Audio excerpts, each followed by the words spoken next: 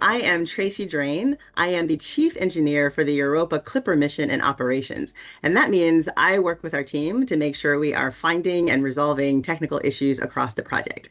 I work at NASA's Jet Propulsion Laboratory, and this is my origin story.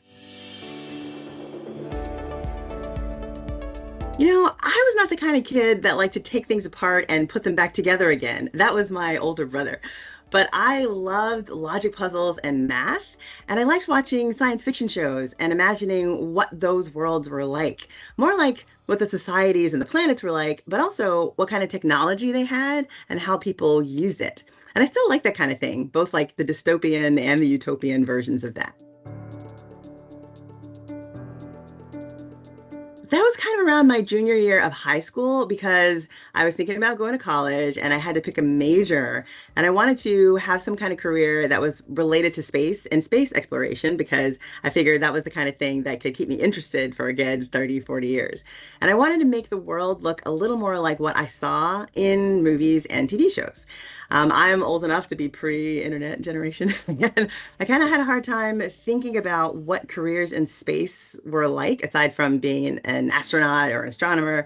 And I didn't really know, like, who would pay me to go look at the stars all night, which I really wanted to do.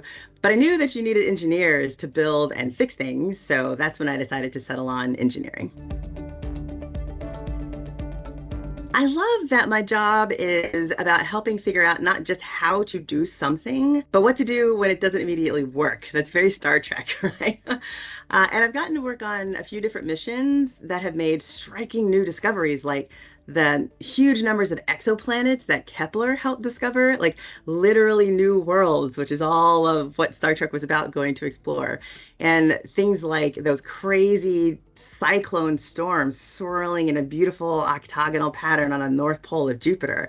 Very, very cool. And it certainly takes me right back to the kinds of things I found inspiring when I was younger.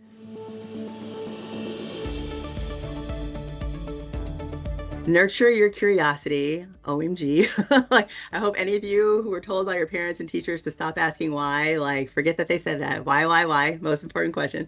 You need to understand, why does this equation work? Why does this component do what it does? Why does a thing fail in that way? Because you learn so much more from understanding that backstory than being able to just turn the crank on doing the same exact problem that looks like the examples you saw all the way through.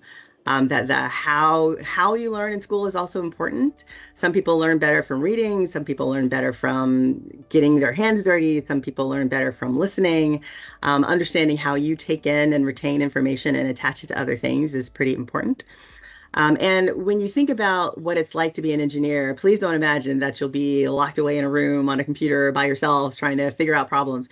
Engineering is very much a team sport. So you need to work on your skills at building relationships with people, understanding what people are trying to say, especially those who are different from you, and being able to communicate your ideas to other people, and learning to not be so attached to your way of getting something done, because a lot of different ways can solve problems. Some are better than others, and you're never going to come up with all the best ways all by yourself.